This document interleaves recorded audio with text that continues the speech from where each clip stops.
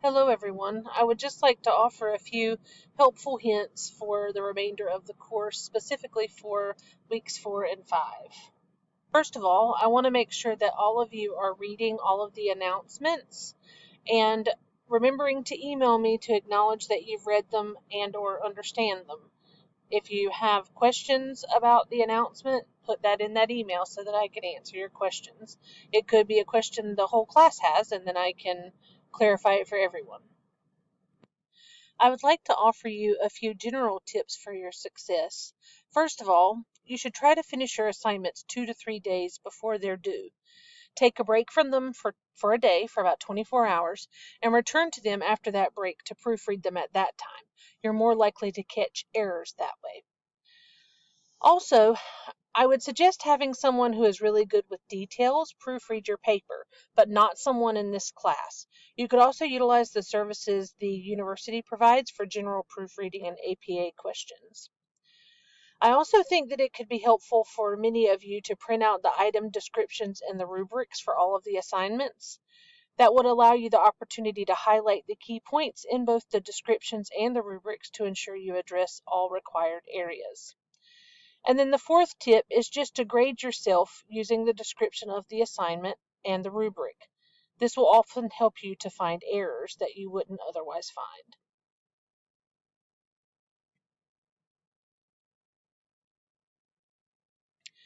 I want to talk to you a little bit about your upcoming scavenger hunt assignment, which is due on July 18th at 11:59 p.m. Several students have asked what they should do if there are no opportunities listed on their specific state association website. You can look at different state association websites and use one of their listed opportunities, but if you do this, just please be sure to include that in your written assignment as to why you're using a different state in your submission. And finally, you have your Module 5 discussion, which is due July 25th. Some general tips there. I would suggest that you read the rubric and grade yourself before submitting. Remember to use references for all your posts and responses, and be sure to use evidence to back up any suggestions or ideas that you give to your peers in your responses. Be sure you use enough detail when describing the professional conflict you experienced.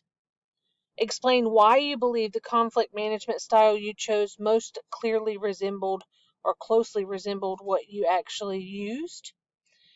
Be sure you're answering all the questions in the discussion description. And then remember, your post should be 8 to 12 sentences for the initial post.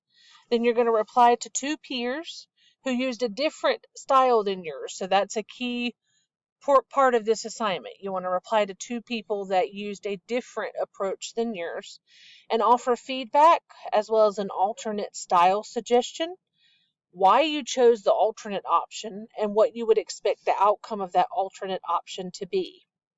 And again, use the sandwich method in your responses. So start with something positive, then provide the constructive opportunities for improvement, and then end with something positive. If you guys have any additional questions, please feel free to reach out and let me know.